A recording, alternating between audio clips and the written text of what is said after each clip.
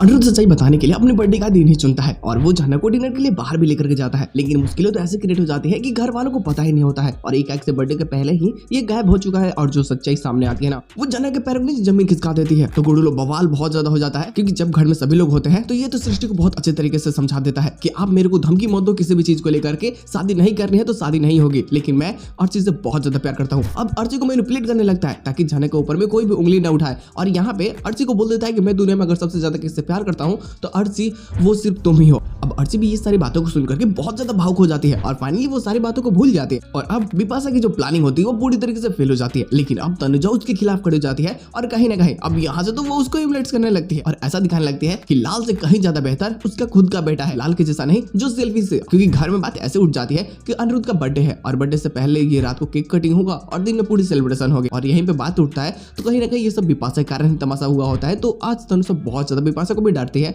कि एक छोटी सी बात को बिपाशा तुमने इतना बड़ा बना दिया, तुम्हें नहीं जरूरत थी इतनी बातें आगे बढ़ाने की, तुम चाहते और तुम लोग की क्या जरूरत थी बार बार अनिरुद्ध के अकाउंट में जाने की, तुम लोग क्यों जाते हो उसके कमरे में। अब ये सारी बातों से कहीं ना कहीं बिपाशा को बहुत डर लगने लगता है। अब यहाँ पे तो पूरी फंक्शन की तैयारी होने लगती है और झनक को भी ये बातें पता चल जाती है कि अनिरुद्ध का बर्थडे है। तो अब ये सोचते हैं कि क्या गिफ्ट देंगे। अब जब अनिरुद्ध वापस ऑफिस से आता है तो ये इसको देखता है कि इसके पैर में अभी भी दर्द है। तो ये सोचता है कि झनक क्या तुम मेरे साथ में डिनर पर चलोगे, क्योंकि ये तो इस पे गुस्सा होती है कि तुम मेरे पास प्लीज मत आओ। और कहीं ना कहीं अगर फिर से करीब देख लिया किसी ने तो फिर से नया तमाशा हो जाएगा। तो अनिरुद्ध तो बोल देता है कि देखो यार मेरा कल बर्थडे है तो प्लीज आज तुम मुझसे थोड़ा अच्छी बातें कर लो। ये बोलता है कि तुम मेरे साथ में डिनर चलना होगा, क्योंकि ये जानता है कि झनक जाने का फैसला कर चुकी है और बहुत जल्दी ये घर छोड़ के चली जाएगी। तो मुझे इसके डैड की सच्चाई को बताना ही होगा, एक ऐसा रीजन देना होगा ताकि ये वापस श्रीनगर से लौट करके आए। और बस यही फैसला करता है कि ये ले जाएगा डिनर पे, इसको आसानी से आराम से बातें बताएगा, क्योंकि सबके सामने ये बता नहीं सकता। और इसको एक चीज का डर बहुत ज्यादा सता रहा होता है और वो ये होता है कि बृजभूषण अपनी इज्जत बचाने के लिए, अपना रुतबा बरकरार रखने के लिए वो झनक को मरवा भी सकता है, उसके लिए कोई बड़ी बात नहीं है।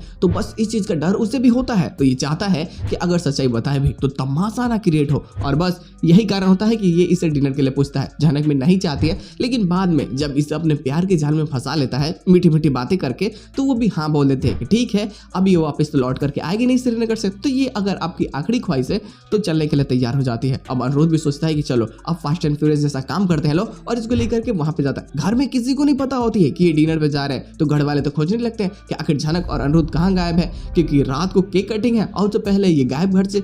ऐसा कैसे हो सकता है, अनिरुद्ध इतना लापरवाह कैसे हो सकता है। और वो तो उधर में लेकर के इसको जा चुका होता है रेस्टोरेंट में। हालांकि वहां पे बारिश भी होती है और वहां पे तुम्हें एक बहुत ही मजेदार रोमांटिक सीन देखने को मिलेगा, क्योंकि अब देखो बारिश के कारण कपड़े खराब हो ही चुके हैं। ये एक छोटे मोटे रूम में रुक जाते हैं, रात भर वहीं पे बिताने वाले। हो सकता है क्योंकि ये प्लॉट में थोड़े चेंजेस करके या तो रात को वापस बुला ले या फिर ये वहीं पे रात बिताएंगे, तो ये तो कंफर्म नहीं है। लेकिन हाँ, वहां पे पूरा जो शर्टलेस हो जाता है उसके सामने, और ऐसा तुम सोच सकते हो प्यार मोहब्बत क्या होता है बवाल।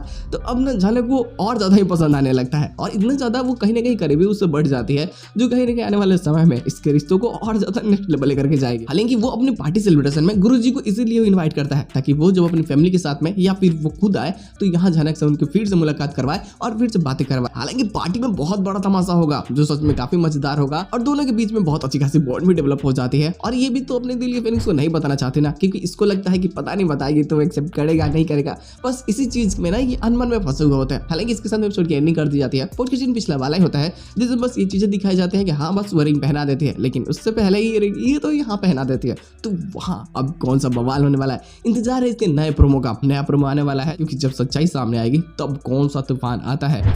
बृजभूषण को कम आंकना ये बिल्कुल सही नहीं है, उसकी बहुत बड़ा रुतबा है तो वो जरूर कुछ ना कुछ बहुत बड़ा तमाशा करेगा ही करेगा। लेकिन अनिरुद्ध अपना तो हीरो हीरा लाल है यार, ये बचाने के लिए जी जान लगा देगा। और तुम सोच सकते हो कि कितना बड़ा तमाशा ये क्रिएट करवाने वाले हैं।